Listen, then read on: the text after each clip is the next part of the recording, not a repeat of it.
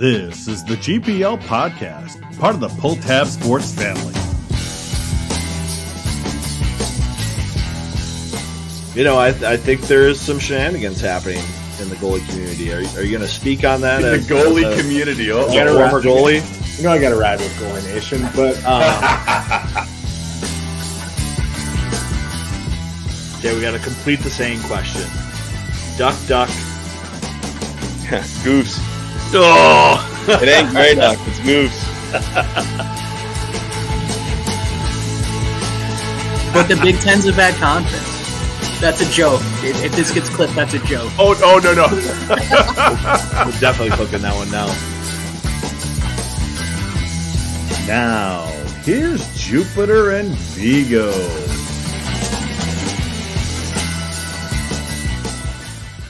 Good evening and welcome to the GPL Podcast, episode number 243. Well, Vigs, a lot of changes in the offseason for us, for the team, just everything all around. But I want to say the first thing we must say is that we're part of the Pulltab Sports Family now. It's nice to be part of a family, isn't it? It is. We've been friends with them for a long time, and now we made it official, and we're family for this year. So it's exciting to have them on board and have them help us out this year. And, you know, we'll see where it goes. So that's one of the changes. The other changes, you'll see my background here. It looks like a mess. It's a room under construction, so there's no carpet yet or anything, and it's a little loud. So I just threw some blankets down up on some chairs and stuff to hopefully deaden some of the echo in here. So it's not too bad. But this is the beginning of the office podcast studio man cave for me at my girlfriend's house's basement. So yeah, I sold my house, living in another house now. So a lot of changes for me as well. That's awesome. Well, I'm excited to get this going this year. A lot of expectations with the Gophers. And it's been a hot summer as we get to our first ad read. Oh, gosh, yes. It's been so uncomfortably hot that you may have noticed some uncomfortable situations in your swimsuit region. And one Minnesota company has a solution for you to keep that region cool, crisp, and comfortable. It's Chill Boys. The bamboo fabric they use for these boxers and briefs provides cooling comfort where it counts. Check out with the promo code PULLTAB15 and get 15% off your order at chillboys.com. Are a sponsor we are so fully behind, Vigs, because we both use them ourselves. Yeah, I've got this foam mattress. I was telling Jupe this in our pre-show. It's a little hot, and it's been a little humid this summer, and so the Chill Boys have been a good pajama for me. A good base layer to sleep comfortably. So, and you know, I've seen some of John's little deals on John King from Pulltab do this. He's like, it's like the cool side of the pillow, and it really is. So I'm really glad they're on board sponsoring us along with some other sponsors we'll get into later. But it's good to have them aboard, Vigs. Good to have them on board. Definitely good to have them on board. You know, we probably will still need them when we go up to North Dakota this year based on how the summer is going and never ending with the heat. Well, we are heading to North Dakota, aren't we? You and I are going up, and we're going to do a live show from the Ralph that Thursday evening. That's going to be fun. I know, and it comes up quick, doesn't it? Oh, it's just a couple weeks away. Yeah. It's crazy. You know, we did a couple live shows. You know, we did the live show from Tampa, and we did some post game, and obviously some of the very last one wasn't the greatest, but we figured we could pull it off. So I contacted our guy up there, Eric Martinson, one of the assistant athletic directors, kind of number 2 in command up there. He'd been a great friend over the years. And he said, come on up, we'll do it. So we've been talking about this for a year, and we're finally going to have it happen in a couple weeks. It's going to be very exciting. Yeah, big things for GPL this season. A lot of stuff. Well, off-season stuff, Vigs. We have players coming back. We have Cooley leaving late. We have Iserman flipping to another school. Annie M, it's a twister. There's a lot going on. There's a lot going on, but I think, you know, you have to separate the short-term issues facing the program from the long-term issues. Short-term, losing Logan Cooley, obviously a big factor and maybe the ceiling for this team this season. You know, he was going to be a Hobie favorite right from the start, you know, based on his skill, his compete, his effort, his battle level. You were expecting him to be your number one center and be the best player on the ice most nights. Yeah. Now that they don't have that, it kind of changes the dynamic of the roster a little bit. I think you should be thankful that Jimmy Snuggerud is back. To say the least. I've heard some rumblings over the last couple of weeks that it probably wasn't a sure thing that he was going to be back once Cooley left. You know, I think once Cooley went to the dev camp with Arizona and realized, oh man, I'm the best player here, I'm ready to go, it's going to be hard to tell my teammates. Yeah. And once he finally made that decision, you know, it started impacting the teammates a little bit. And I think Jimmy went to the St. Louis camp and maybe thought, am I ready to go pro? I don't know. These other guys are all going. You know, there's a lot of exits here. You know, not just Logan, with Matthew Nyes going pro and fitting right in with the Maple Leafs. You look at Jackson Lacombe, looks pretty good with Anaheim right now. Yes. Ryan Johnson has been okay with Buffalo. He'll probably need some seasoning. And, of course, Brock Faber going right into the Wild lineup. You know, I think these players I'm so see excited this for stuff. Faber. So excited for him locally. Oh, for sure. I mean, he's going into a great spot and he's happy to be there. But I think a player on the current Gopher roster sees these players moving on so smoothly, and they're like, am I really that different? Maybe, maybe not. I think Jimmy's going to benefit a ton from coming back this year and being in this lineup. You know, he's instantly the go-to player for Minnesota. He's got 20, 25 goal potential this season. He's going to be the sniper. And the key, I think, for Minnesota this year will figure out how to get him the puck. But otherwise, this team brings back a lot of experience at forward, and it brings back some defensemen who were probably held back in their development last year because of the return of so many good players. But there's a lot of talent back there. Let's talk about some of these guys coming back. We already know. We talked about this in a little bit in the offseason. We had if you haven't seen it, we had a show with Justin Close during the off season. That was kind of fun, even though he was out in the middle of Timbuktu. We still did pull it off. It was a little rough at times, but he was on the show. He's back. You know, he was in the Great White North, Jupe. He was north, well north of where from Kindersley, as to say. He said an hour north of Kindersley. So he was up at the fishing cabin. He was. But you've got him back. You've got Nelson back. You've got Brodzinski back. And from what some guys, and what Coach Motzko says, watch out for Mr. Brodzinski. I mean, he's quietly been a pretty good goal scorer throughout his college career. I know I saw a stat. I think he's got the most games played and the most goals of players in college hockey right now coming into the season. And he looks a little changed coming into the year. I'm not going to say Brodzinski was a heavy guy, but he definitely looks leaner. And Motzko has noticed that he's shown a little bit more jump with his first step. And Brodzinski has shared with the media that he wants to be a guy who can be on the puck more and be that guy who wins battles along the walls and wins second chances for his teammates and distributes the puck a little bit.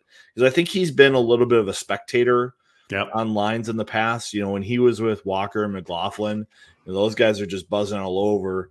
And I've talked a little bit about how that line didn't really have a lot of structure. And I think that was probably frustrating for a player like Brodzinski to play with that kind of chaos, because those two guys excelled at chaos. Brodzinski needs a little bit more structure to find space to get his shots off. And then when he's playing with Nelson and Nevers, you know, they are grinders who are going up against the wall and winning pucks. And so he was kind of that space player. Now I think for his game, he wants to develop a little bit more of that puck battler along the wall. So Cooley leaves. We all saw the highlight goal a couple weeks ago, and then someone was telling us off the side that what we didn't see is Cooley lacking some defensive skills and back-checking skills. So there's going to be some bumps in the road with him, but it's like we are going to see the highlight reels because that's just how the internet is. Did you notice who didn't see the goal, Jupe? Do you know who hadn't seen that? He had seen the other goals that some alums had scored. Fake Bob? Fake? No, it was real Bob. Real Bob. Real Bob said he didn't see the Cooley goal. So, sometimes that's maybe like, I'm happy my ex-girlfriend is doing well. But, it's too soon to look at Facebook photos of what she's up to. Oh, jeez. Oh.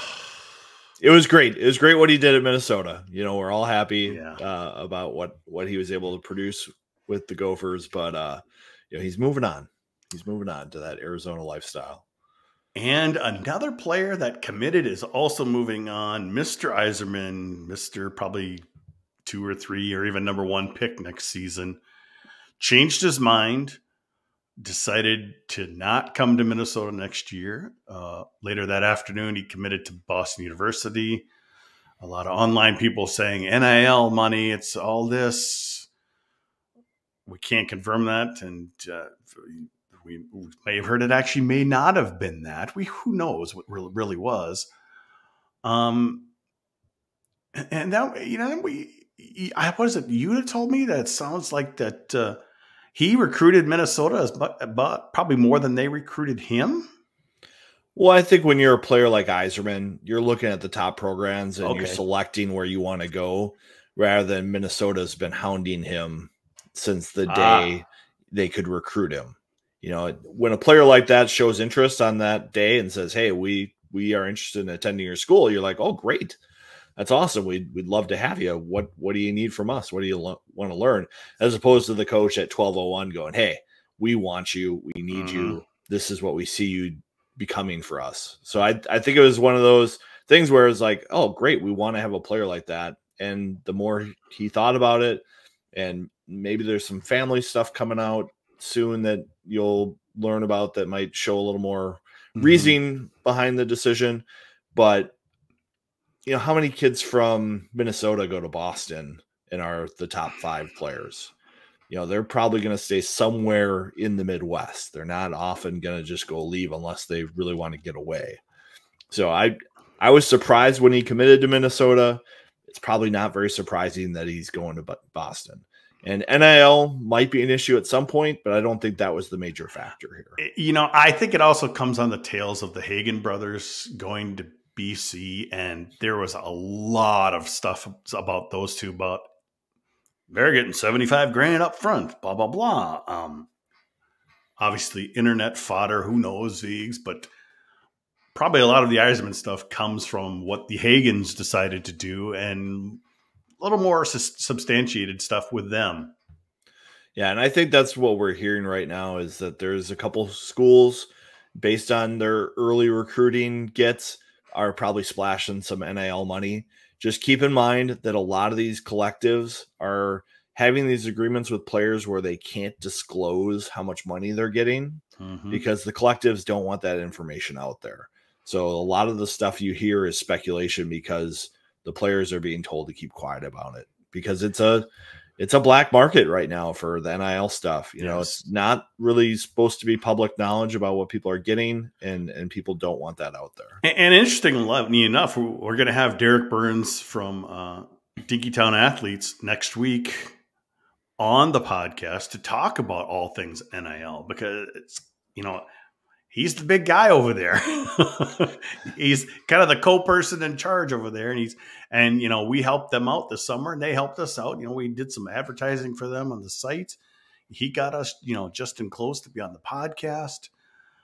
I think some of the discussion should come back to Viggs is like some of these places might be using it for recruiting, but in Minnesota, it's more like we're rewarding the players that are already here. And I don't think that's talked about enough. I think that's the message that Dinkytown Athletes and most of the people in the Gopher Sports Athletics Department have been emphasizing is that these are the opportunities that will show up for you once you're here. They don't want to be promising money to recruits before they get here. I think NIL was originally passed so that people could profit from their likeness in things that made sense, like hockey players getting paid to do hockey camps, golf players being endorsed by golf companies because that's what golf is all about and giving lessons. I think there were a lot of limitations on people before about what they could do, and this has opened it up. But now we've got this can of worms where people are trying to entice recruits to come to a campus. I don't think that's what you're going to see at Minnesota. And Moscow made sure he made a point of that. 90% of NIL is just a kid, talking about a burrito and getting free burritos for the school year, like Chipotle or something. He just used that as an example. That was Logan Cooley. He had a Chipotle deal. but that's what the deal was. That's exactly what it's supposed to be for. I'm concerned, Viggs, about college athletics. This could get out of control. We're seeing it with the Big Ten, the rest of the conference, getting even larger by adding Oregon and Washington State, and you got UCLA, USC, all coming in next year into the conference. It's all about money now. And some schools, well, look at the Pac-10. It's basically done for football. And it's all about football. It's all about basketball. But you know what? We've got hockey in between, which is profitable, but most schools don't. It's profitable for the NCAA, but are you concerned at all where this is going? Well, I think we're definitely at a tipping point where people are going to learn a lot about the finances of college athletics, because the people who are investing in NIL aren't doing it because of a return on investment necessarily, which is how the rule was originally conceived, is that companies would get returns on their investment for paying players. What you're now seeing is schools having to navigate gathering money to pay for their facilities projects and their coaches and their food budgets and their travel budgets and their stick budgets and their equipment budgets. And now they're trying to say, okay, we still need that, but we also need our donors to contribute money to our collectives so that the players can get compensated like they are at other schools. So it's going to be interesting to see what the next decade looks like. I think all the conference realignment decisions were made for football. It's not made for basketball. It's not made for hockey. It's not made for soccer. These are TV rating driven decisions for football. And I think those are going to pay off. I think these conferences are going to get bigger TV contracts because of this realignment, but we'll see what happens to the rest of college football if they're not a part of the big leagues. I don't know. It's very scary. And it could, in the long run, hurt our sport of college hockey. I would say the biggest school I'm actually worried about in the next 5 to 10 years, maybe not on NIL, but just worried, St. Cloud State, Viggs. Declining enrollment, big time. The school is struggling. They've gotten rid of a ton of sports. They can barely keep anything else up and running there. That is a school I am concerned about in the next 5 to 10 years, just being a school, much less a hockey team. Yep, they are going to have to watch themselves with what kind of decisions they make. They still have the big ice sheet there. I'm sure they would love to shrink it, but they need to find the money to do that. And it's not real evident that St. Cloud has the financial support to keep up even with the teams in their own conference. It's too bad, because we definitely, they're definite rivals of Minnesota, but it's good when rivals are good, Viggs. Even if they're in another conference, it's a good thing. And you talk about facilities, another one of our off-season shows, we were at Mariucci when it was under construction this past summer, and it was a mess then. It's not a mess anymore. The ice has shrunk down to 89 feet. They've got new lights in. Everything looks like it's ready to go. Yeah, the corners look tighter. It's not quite as deep as they used to be, so the play should be faster. And I think, Bob talked about this at availability. He said, was it an advantage? Yes. Was it a disadvantage? Yes. So now this team does not have to adjust to the big rink and the small rink as often. And I think it maybe allows them to focus more on the kind of player who's a NHL size ranked player.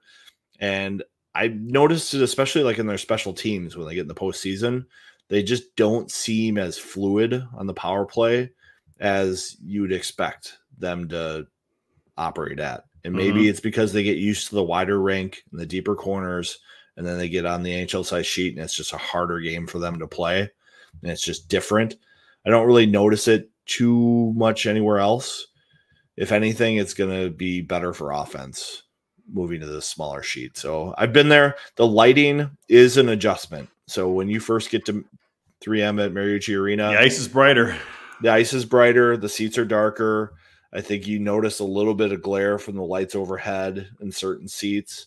So it'll be interesting. Even the players have said, can you turn this up a little bit? And it's like, no, that's kind of the way it goes, because you'll lose pucks that go up in the air and stuff because of the darkness change. So it'll be interesting to see how it goes. Yeah, I see a comment here. I thought I'd bring it up, but kind of go back to our previous topic about Big Ten and whatnot. With some Gentle Giant here, with so many new schools, you think BTN will broadcast less TV as they cover winter sports at the new colleges? I've had a fear of this, Vigs, for a while. You know, all of a sudden they're covering USC, Oregon, whatever. That's more basketball. That's more volleyball. That's more a lot of other sports during the winter season. It could affect TV for the Gophers. Yeah, and I think it's definitely going to affect, just like the Bally's bankruptcy right now is affecting what's going to happen with sports broadcasting going forward.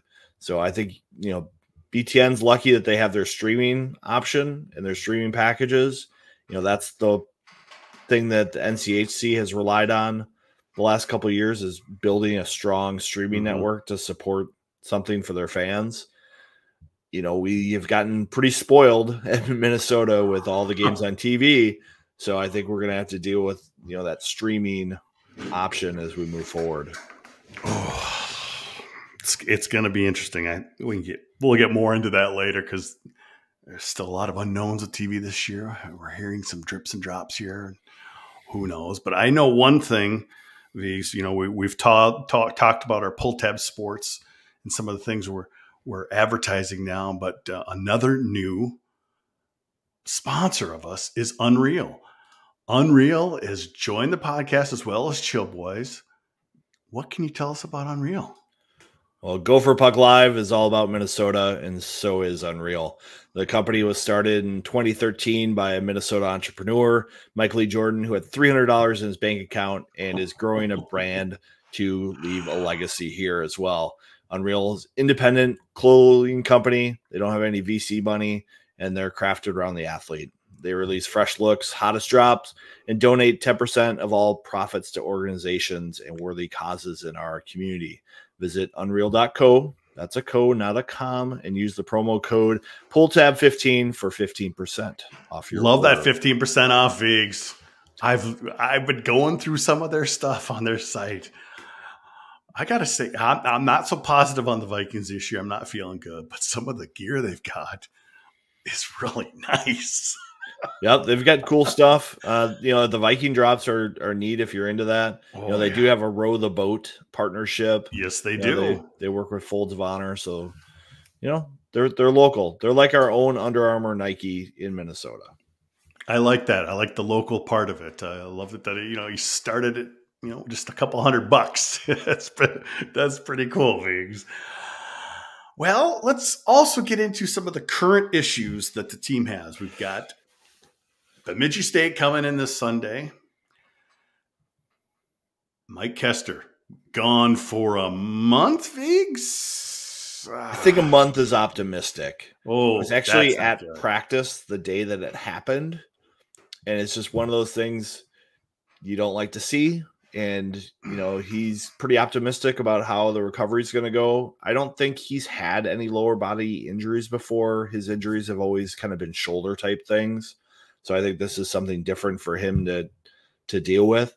But he's going to be a big part of this team going forward. He was second team All Big Ten in the preseason voting. I thought he was going to get to run a power play this year because he's got great vision and a lot of experience back there. When he's filled in on the power play, he's looked like a shooting threat, which is something that a lot of the Gopher defensemen are not able to do. They don't see through the traffic. They can't get pucks on net. He was able to do that. And so with him out, I've seen Sam Renzel and Luke Middlestat as the two defensemen running power plays for the Gophers in practice so far. And those are two very capable players. Renzel, first-round pick of the Blackhawks, and Middlestat, who was probably a big surprise to a lot of people last year that got him drafted in the offseason. But it's going to be different not having Kester out there as an option. And Mr. Freshman Nathan Airy, goalie, got nicked up as well in practice. So he probably won't be available on Sunday, will he? Well, he actually kind of had a lingering thing coming into the season, and they just, it flared up on him right away. They identified it, and part of the recovery is just rest. And so he needed to take some time away from the rink to get fully healed up for the season. And that leaves the Gophers kind of shorthanded in goal. And I asked Bob, how is he going to handle the workload with his goalie crew? And he talked about how Airy isn't going to be available for a little bit, but Closer is a reliable guy. I know he's been dealing with some stuff too. It's tough being a goalie. And so we'll see what's going to happen at the start of the year if he's ready to go, because he's going to be important for them, because the season does not start off too slow. We get the exhibition, we get St. Thomas right into North Dakota. So the season ramps up pretty quick. Yeah, I don't know. Another new face to kind of fill in. Is it Nick Mitchell? Michael. It is Michael. Okay, yep. So Nick Michael. He's joked that if it was Michelle or something, he might have got better scholarship offers out of high school. But when it's just Michael, it's just like, oh, okay. Go to St. John's then. And really, he's going to be a body for now, isn't he? If something goes south, we don't expect him to play. Well, he'll probably play in the exhibition. I'm guessing anyone who's able to play will be dressed. Anyone who has had any kind of lingering injury, or it's not worth playing against Bemidji State because it doesn't mean anything. It's just a way to get things going. But so we'll probably see him Sunday night, don't you think? I would think so. But he's being brought in as a guy who won't rock the boat, who will work hard in practice and be ready to fill in as needed. I think chemistry is always an interesting thing with people at the bottom of the roster. And I've talked to this with coaches about how to handle the World Junior break before.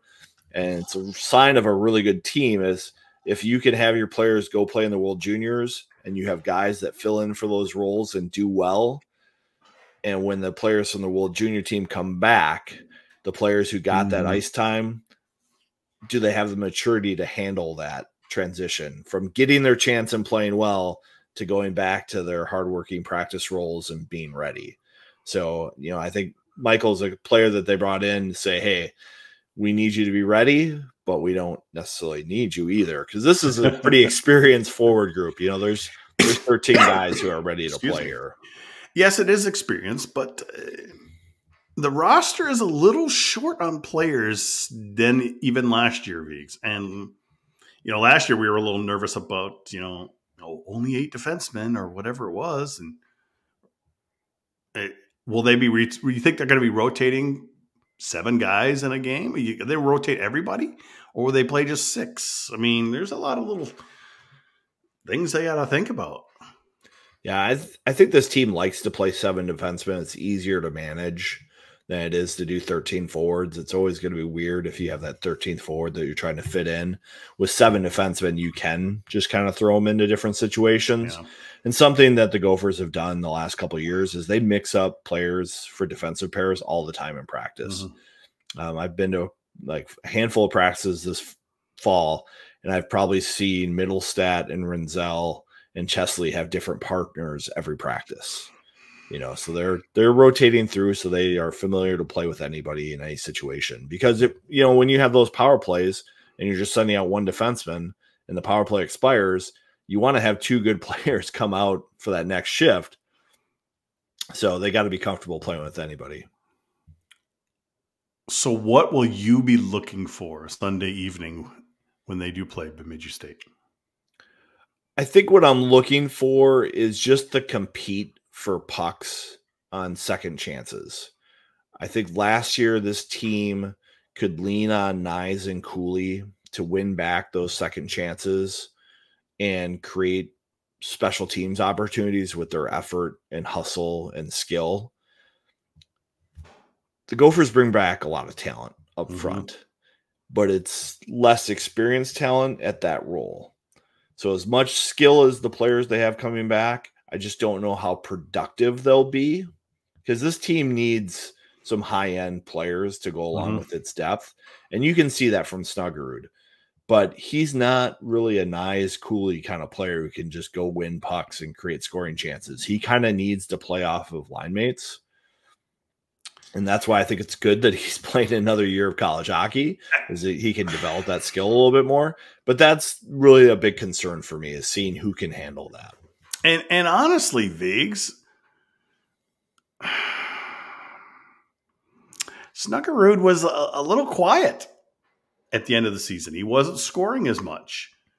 I think that whole first line had trouble down the stretch. Only Cooley was really kind of scoring. Nyes hadn't scored in a long time, and then obviously, we had that 2-on-1 in the championship game. Puck kind of went a little off a bit, but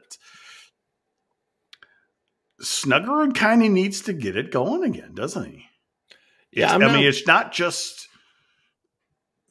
come back. He's going to be a superstar. Maybe he's got a little something to prove. I think he's got a lot to prove. With his skating and puck battles and skill in that mindset of the game.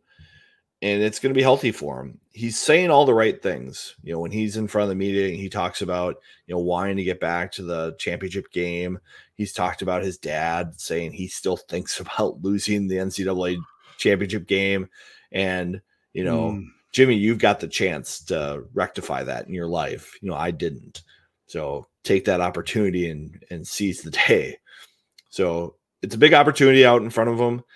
April's a long ways away from October. It is. But you have to progress throughout the year to be ready. And I think, for a player like that, to be the same player from October to April will be key, because that's part of what made Brock Faber and Jackson Lacombe and Matthew Nyes so great last year, is they were consistent the entire year. How many bad games did you see those three guys have? Hardly ever.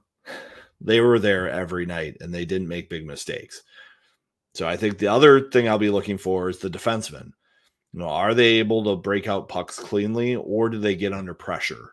Because the Gophers last year were a team that didn't get hemmed in their zone hardly ever. They were able to break out the puck pretty cleanly and relieve pressure and get going to offense. Until this year game. Sorry. We can go there maybe in overtime. I might need a beer. I might need a beer to have that discussion, because I've rewatched the game a couple times and we'll get to it later. But Quinnipiac's a good team. They only had 4 losses. When you have a 2-0 lead, your mindset maybe changes a little bit. I did not think they stopped playing. But... Sorry, you just kind of served that one up for me, Viggs. I know. Hey, Viggs, how's your hockey hair? Hockey hair is pretty good. I think I can never truly have hockey hair. I've seen the flow on you though before. I mean, you might need to start getting some big flow going. What do you think? Yeah, with Gopher Puck Live, part of the Pulltab Sports Family this year, Damn we right. have to make sure our hockey hair is elite. Yes. And one weapon in your hair care arsenal should be Duke Cannon Men's Grooming Product. They are a Minnesota company that makes hardworking products for hardworking men. Whether it's serious flow styling putty, adding some structure to your game, like maybe the Gophers needed against Quinnipiac, or a news anchor thick hair to increase some volume, like they maybe needed in shots in that game. Visit DukeCannon.com, Target, or even your local hardware store for products to make your hair a weapon. And as Mote said, we've got some hair game going on. Mm-hmm. Yep. It's white. It's white. I can't do anything about that, VX. It's going to be white for a while. You can still add some volume to it, though. I might need some more product, because when I do that, I look like it's got a big fro. I look like I belong in the sweat hogs of Miss Welcome Back Cotter, which half of our audience, or maybe all of our audience, has no idea what that is. Yeah, putty might be good for you. It might be. Little grooming clay. Yeah. They definitely have it at the hardware store, Steve. Like, I was at Fratelloni's Ace Hardware, and I totally saw some Duke Cannon. I'm like, okay. Sweet. Okay, which Steve was that? I mean, is it No Hair Steve? No Hair Steve doesn't need a lot of product. Oh boy, I wish. I'm reading some of the comments. I've got starred some of those comments. We'll get to some of those in overtime. It's going to be fun. Freshman Vigs, we got Max Shrewd, Axel Begley, Sam Renzel, Nathan Airy, Jimmy Clark, and Oliver Moore. Let's start. We have not talked about Oliver Moore yet, have we? No, but we've got a bunch of freshmen. Well, let's start with him then. Let's Oliver start with Moore. I do believe a couple of guys said that's the fastest guy they've ever seen in hockey ever. He is probably right up there with Sammy Walker in terms of like raw horsepower, just getting going. And I think Moore is maybe a little bit solider of a player build than Sammy Walker. Mm-hmm. And so I think maybe his impact on college hockey is going to be quick. And I've seen him out there quite a bit with Jimmy Snuggerud and Bryce Brodzinski. And so I think that's a sign that Bob wants to have those three together. And he wants Brodzinski to kind of be a little bit of that Matthew Nyes and, let Oliver Moore work. And we even heard some, he was drafted 18 by the Chicago Blackhawks this past summer. And some people were even saying his speed is comparable to Connor McDavid. At this age. Yes. At this age, Moore is faster than McDavid was. That's no joke. Yeah. That is some serious stuff. Yeah, and you see some of the stuff that Moore does is for his off-season workouts with running hills and plyos, and the guy works at it. Okay, another one. We'll just have to bring this up here. Where is Vigo's Pulltab Sports water bottle? It's right over his shoulder. Look at that. Look at that. Right up there. I love me some Yetis. I know. It's fun. So Ryan, you're not quite observant, but yeah, I see it in the corner up there. Yeah, I'll hide stuff on the shelf this year. It'll be like Elf on the Shelf. It'll be Gopher Puck Live on the shelf. We'll hide stuff back there. Little Easter eggs for the podcast. Yeah. 5 more abs to keep. Just one more. One more, and then we'll be good.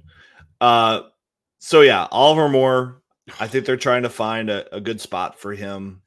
Yes. Where he can contribute. I think just like Logan Cooley, Bob's going to put him high in the lineup. He's going to put him on power play. I don't think you'll see him on penalty kill right away because they want to manage that ice time just a little bit. Yeah, because makes sense. Moore is still a freshman, but he's going to be leaned on heavily this year, just like Cooley was. And then on defense, Renzel is the big name there. I was surprised to see him running a power play because I know that he's a first-round pick. I know he had a good USHL year, but I always have this fear of these big defensemen coming to college hockey and not quite being ready for the speed of the game. We'll see. He's going to get the chance to run a top power play in college hockey. Yep. If he's able to do it, he'll probably stay there. If he doesn't, maybe we'll see Kester back there when he's healthy from injury, but he's going to get the chance. But, I'm excited for the power play. Like you mentioned, he's a playmaker. You put him with another playmaker like Mr. Oliver Moore and Snuggerud, he's going to have 2 guys to set up. Boom, boom, boom. Look out. I mean, Snuggerud's got that. I'm guessing his cannon is up to a couple more millimeters. It's, full on big ass cannon coming at you. He's got the howitzer going this year. He does. And he's got Oliver Moore, who you have to be afraid of scoring and dishing.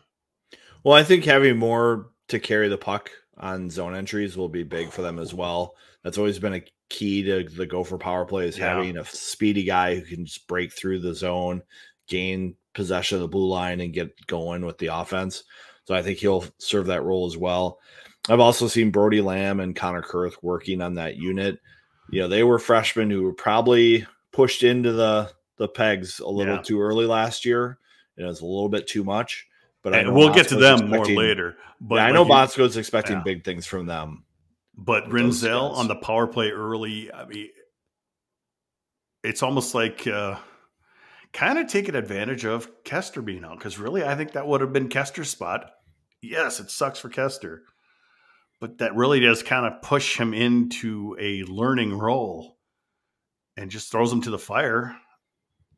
Yeah, Owen Power was able to handle the transition from junior to college really quickly. Yes. I think that's probably the comparison you're going to be making for how big of an impact can he make right away in college hockey. A late ad, Axel Begley. Is that how you pronounce his name?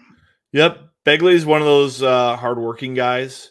He's the landscaping guy from Hill Murray from the state hockey tournament. Okay. He's promoting his business for intros. As soon as you said that, I remembered it. Wow. Yeah. But he's a hard worker. I think he's being brought in to support the fancy pants players, as Bob often refers them as. So he's going to do the hard work. And I don't think the expectations are huge for him right away. It's just to come in and support your teammates, be tough to play against, play physical when you need to, and, get acclimated. Blue collar worker. Yeah. I think him and Rudd are guys who are kind of just going to slip in here and there, not play big minutes, but just get acclimated to college hockey because they're both kind of similar players. I think Rudd maybe had a higher skill level than Begley, but both seem to move pretty well. So is it Rudd or Rude? I thought it was. I thought it was Rudd, but we'll see. Someone will probably correct me at some point. That's fine. We'll talk about him a little bit more. He obviously, we've heard of his father. I'll tell you that. I remember that name. Isn't his dad who played at CC? Yeah, I think so. For Lucia? Yeah. So connection there, but he's was a good player in the USHL.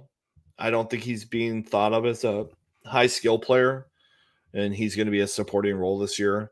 It's really hard to tell in practice so far what we're going to have in these guys. That's the thing you're looking for early against Bemidji and St. Thomas is, can these guys handle forechecks and pressure and make good decisions?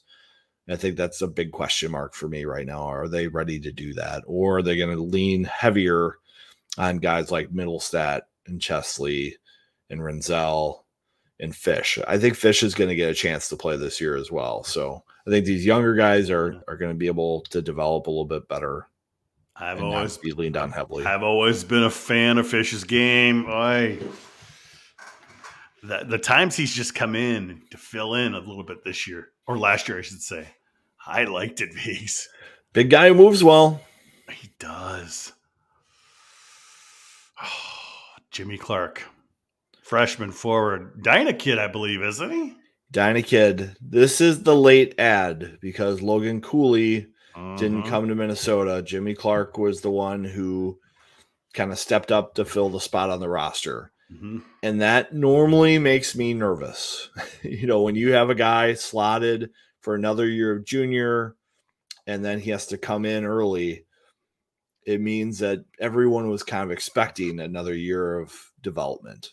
And so now he's going to be coming into the program, and I've seen him get some opportunities on the power play in practice, but he's not probably going to be a regular there. It's kind of like the situation with Brody Lamb last year, who came in and you saw flashes of the ability there, but it just wasn't going to be there every night.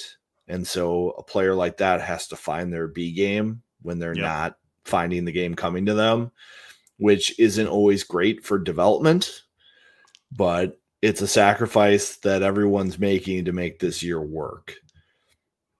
So he's a talented player. He got drafted, I think, by the Wild, and he had a good junior career, but I think he could have used that extra year. He didn't play on a very good junior team last year at the Green Bay. Like, they weren't good.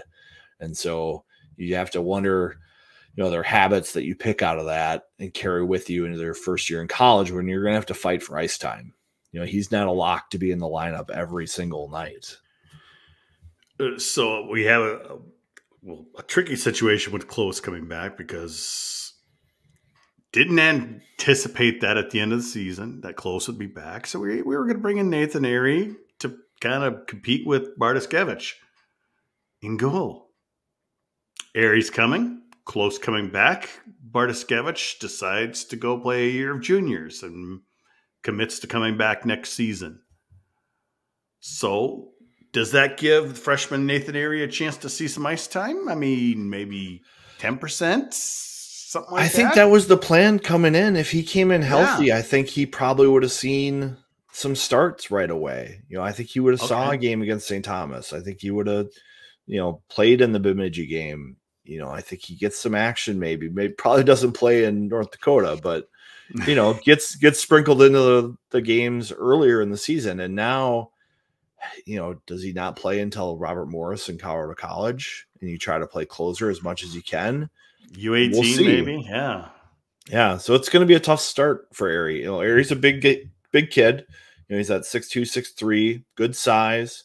He's got a lot of games under his belt, and I think that's important for goaltenders. I had a fun discussion with a couple NCHC coaches at their media day talking about goalie development, and he's like, pro teams like these big 6'4", 6'5" goalies for the professional game, but they like them to be 25, 26 years old when they get them. So when you've got high school kids, junior kids who are 18, 19, who are 6'4", 6'5", yes, they are good prospects for 5 or 6 years down the line, but they are going to go through some struggles when they first get to school. And so I think what you're seeing with the Gophers is they're looking for guys who already are playing 100, 120 junior games. And so when they come to college, they're ready to play and do that workload. That development's happened. So hopefully Ari's injury situation isn't like Boynton's from our guy Tim Hapke there. Tim, I am not concerned about Ari and Boynton being the same kind of issue. I think Ari's going to just work himself back into the rotation here once he gets clearance from the medical team and everything's healed up. And I think he'll be an option. Just like Justin Close had that long track record of experience, Nathan Ari's got that same track record of experience against even better teams. And props to Tim and his avatar with the Wooger. Love the avatar and bringing in the Wooger there, Tim. That's some great stuff. Well, I know we want to get to some league and team predictions, players to watch. Vig's fundraising on the college level is a lot easier than fundraising at the kids level or at the high school level. But people out there have different options these days. And one of our new sponsors, Ferda Fundraisers, does things a little differently, don't they? Yep. Association hockey is underway, and that means fundraising season coming right around the corner. Ferda Fundraiser is here to put the fun back in fundraising with staff to plan around your needs, support you from start to finish. They put together websites for you and everything. They'll help you plan events, and they plan to maximize your return while staying close to retail prices. It's always frustrating when you buy something from the fundraiser kit and it's $10 and you could go to the store and you can buy it for $5. That's not how it works. They pride themselves on showcasing local premium products like Joe Mama's Salsa, Von Hansen's Pretzel Snacks, and Croy Valley Barbecue Rubs and Sauces. Visit FerdaFundraisers.com to ignite your fundraising. Ferda Boys, Ferda Girls, Ferda Community, Ferda Fundraisers. You mentioned Joe Mama's in there. That's some good stuff. I've used it in some of my cooking Vigs. It's not just the regular salsa. It's pretty good. And I love that Ferda has that type of option because you've been through fundraising. You're given a plant sale. You're given, whatever it may be, cookies or candy. I mean, there's a lot of things. They kind of give you more options, don't they? Yeah, they give you options and things are shelf stable. So you're not worried about like picking up the frozen pizzas and trying to get them to somewhere before they thaw. It's kind of a whole back end system. Popcorn. Yeah. Yeah. It's a whole back end system that just kind of controls everything for you. And that's what people need when they just need to get out there and start fundraising for their team or for their foundation, isn't it? So I'm glad they're on board with us. Along with all of our other sponsors. And this is all, of course, thanks to our guys, Pulltab Sports. They brought us on board this year. They liked what we were doing, Vigs. Like I said, I love that flyover state of mind. We're going to get Kinger on here at some point during this season. We talked to Kinger at the Frozen Four. And he's like, nobody wants to watch me. He was our most popular show last year. The most viewers, the most listeners. People love the Kinger, don't they?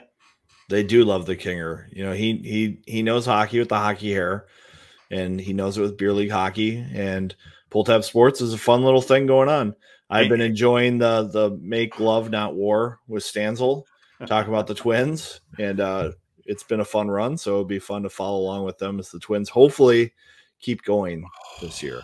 That was yesterday was really fun. I mean, it was fun today, but it was just something about, Royce Lewis. 2 big home runs. It literally brings me back to the old days. Kirby Puckett putting you on my back. We haven't seen that in so long, Viggs. And it was just, well, there you got your Twins shirt in full support right now. Yep. But it was just fun. And seeing all the videos from Pulltab and Kinger with baseball and football and everything. I'm glad we're part of the family. It's going to be fun. It's going to be great. Looking forward to it. Oh. I am jonesing for some salsa sponsorship. I've had Joe Mama's. It's delicious. It's good stuff. Roasted garlic. I highly recommend roasted garlic. So there you go. There you are. Viggs, Gophers picked to finish first in the Big Ten by the coaches.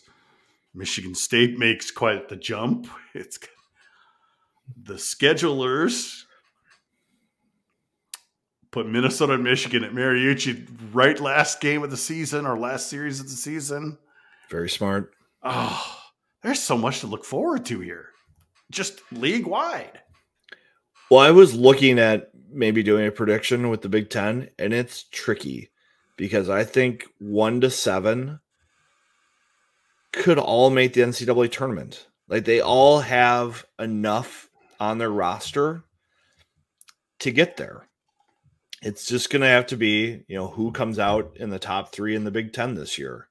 Those are probably the teams that are going to get bids, and the 4th team is going to be on the border, and it's going to kind of depend on what kind of non-conference games they have, because I think this league is also going to do well non-conference again. Last year, they were the best conference in the country for record, and it really set them up well for pairwise. And the Big Ten teams did pretty well in the NCAA tournament. And a lot of these teams have young talent coming back, even despite some of the losses to the NHL. So it's going to be a tough league.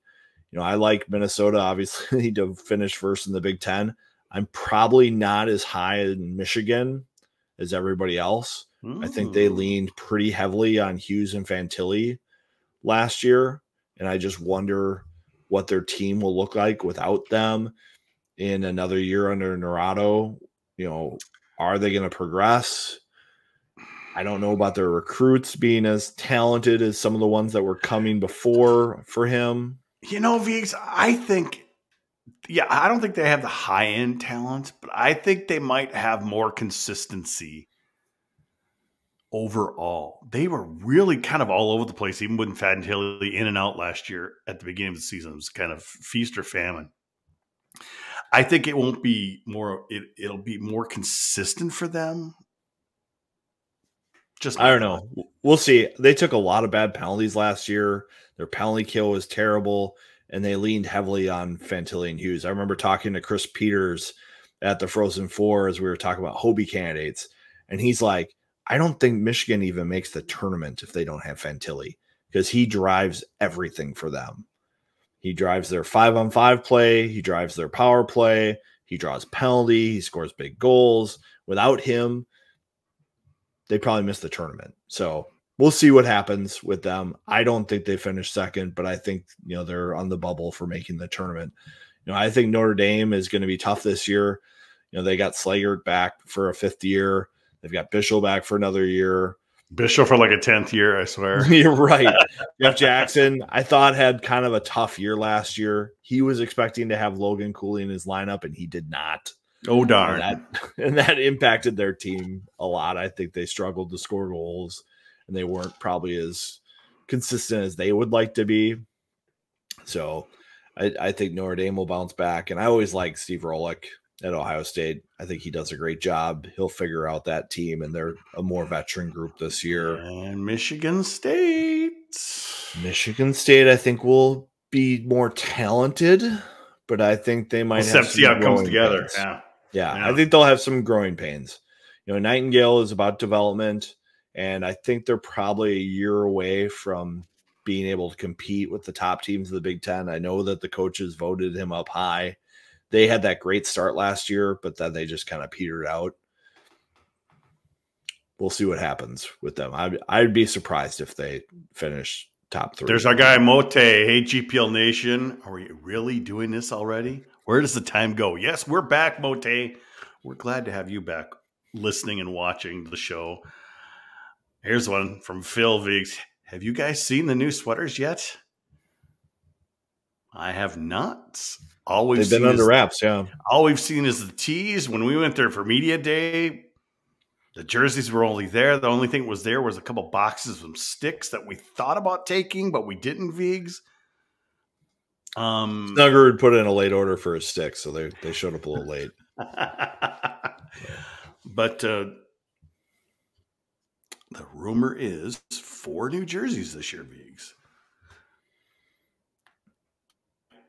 We have no idea what they look like. We've heard rumors. We can't substantiate anything. But I gotta say, Viggs, those maroon jerseys for the women's team are smoking.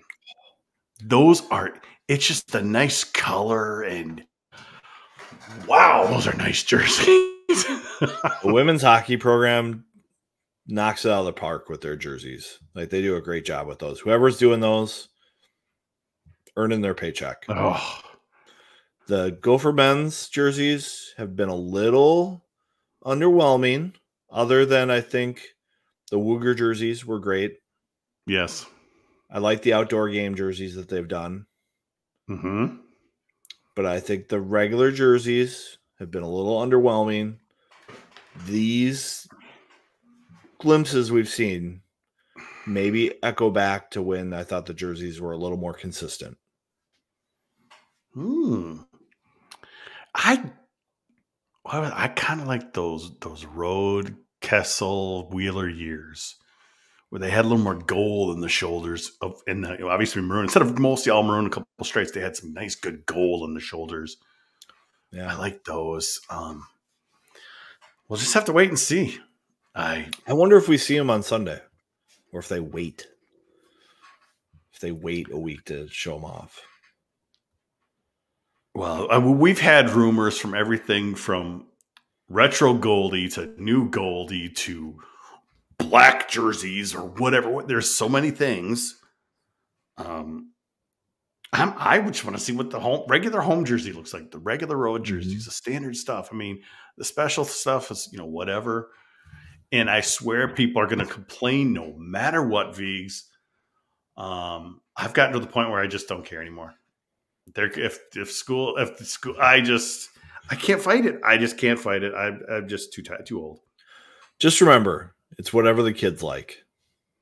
If the kids are happy, fans should be relatively happy. Yeah, but you do have tradition. And I know Brock Faber wasn't happy with me last year when I complained to them about doing a stick salute when they lost a game, didn't get a sweep against whoever it was. I would get back in Brock's face on that. I think you're right. Yeah, I think you can salute. I heard him like, "Who the hell is this guy who thinks yeah. we can do?" I'm like, "Okay, this guy right here, guys." Okay, this well, guy you right two here. I heard Faber was a little pissed, because I complained and said, "What the hell is this crap?"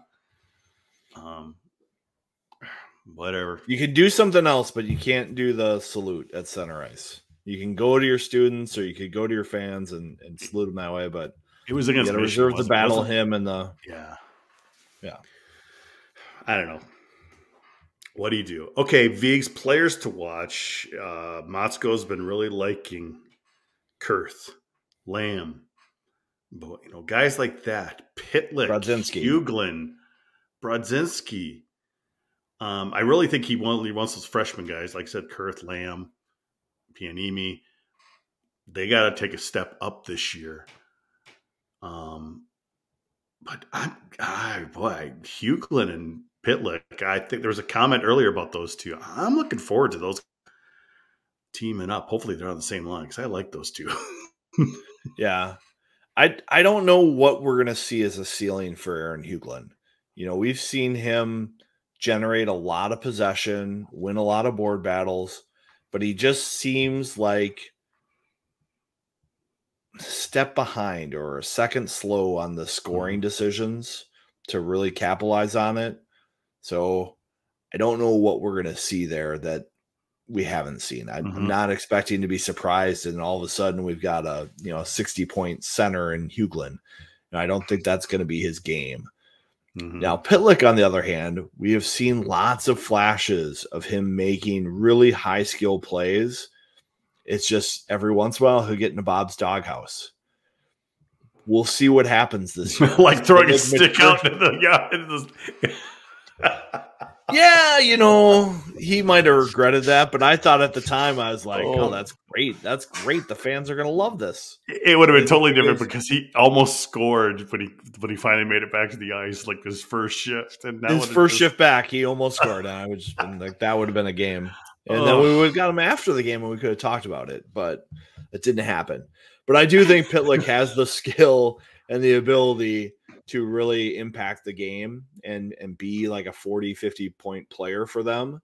I'd like to see him get a chance on that top power play a little bit because I think that's where his skill could really shine. If you put him with a guy like Snuggerud and a guy like Moore, I think that skill would jump off the charts a little bit more. So I wonder if he can work his way into that kind of situation because he's definitely got the skill to do it. Yes. It's a long season, Vigs. We know the team is going to be like one step at a time, just getting to the tournament. Frozen Fours in St. Paul this year. Off the top of the head, you think they make it to the Frozen Four? Come on.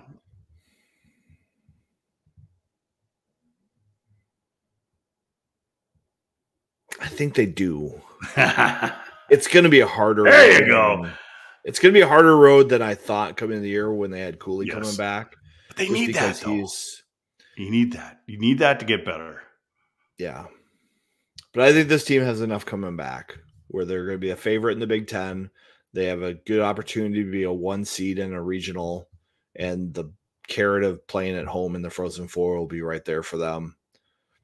It should be a good year for this program. Let's do it, man. Let's do it. The one fear is Snuggerud's health. So everybody, if they want to see this happen, think good thoughts there. Well, yeah. It's everyone's health. Kester being out for however long he's going to be. Not having Kester when you go up to North Dakota, which is that's terrible. right at the fringe of when he's going to be back. Would be North Dakota weekend based on the timing of his injury, if it is what I think it is. That's right on that border. Mote, is Jupe in a construction zone? Is he kidnapped? Jupe, you in trouble? Say Bobby Moss. Well, if you would have been here for the beginning of the show, Mote, he can listen back later. Yeah, well, it's the beauty of this. Tell you more in overtime. So stay on, Mote. There we go.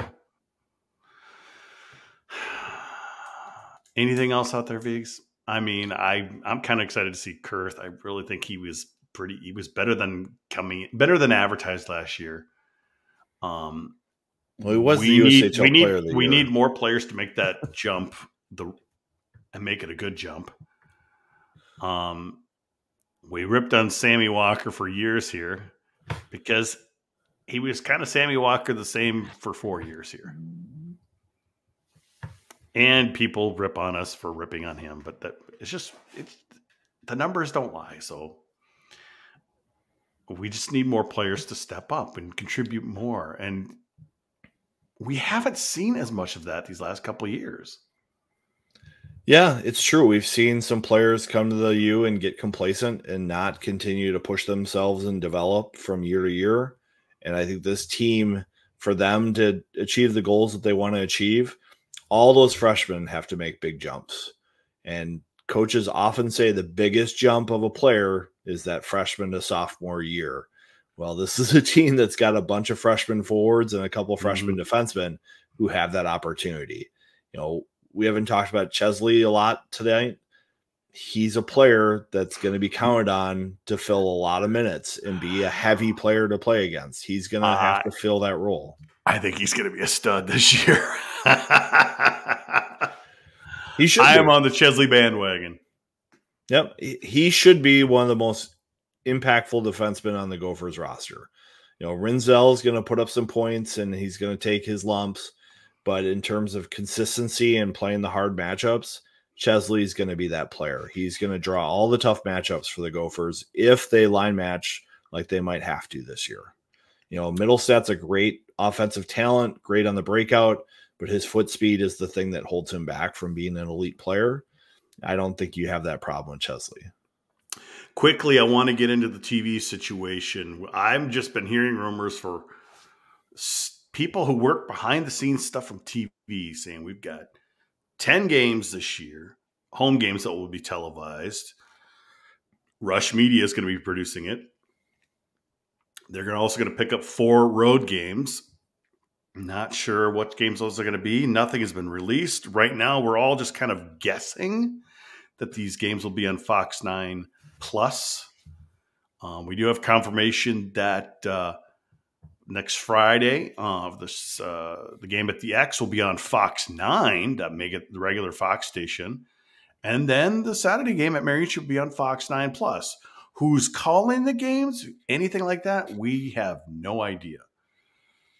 But the game this Sunday, BTN Plus, probably a student crew. If you have the BTN Plus streaming service, you can watch it.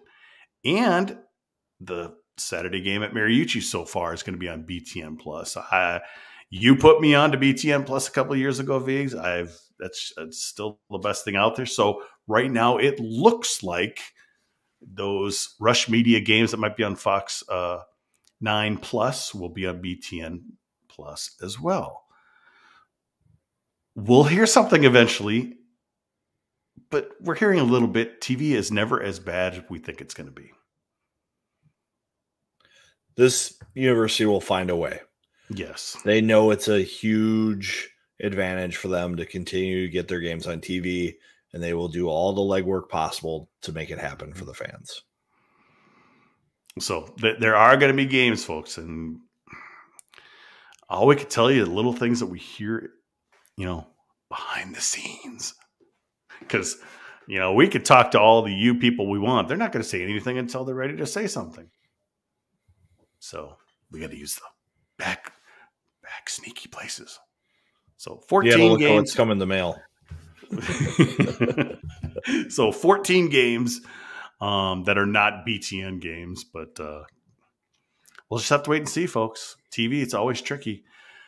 You got anything else for us this week, Viggs?